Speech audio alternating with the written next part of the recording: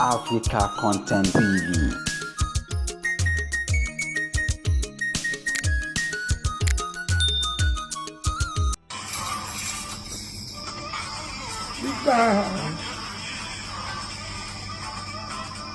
Èmi jáyé orí mi.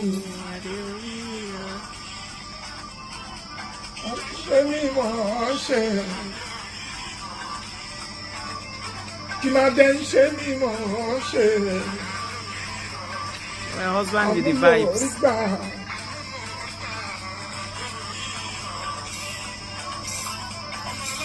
Àlàáfíà.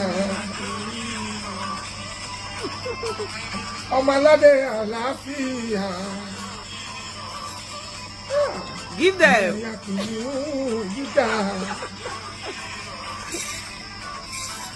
Gbogbo ìdílé Jésè.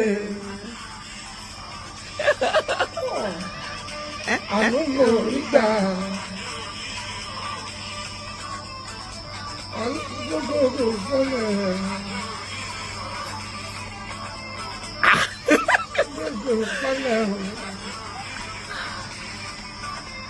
My husband with the vibes.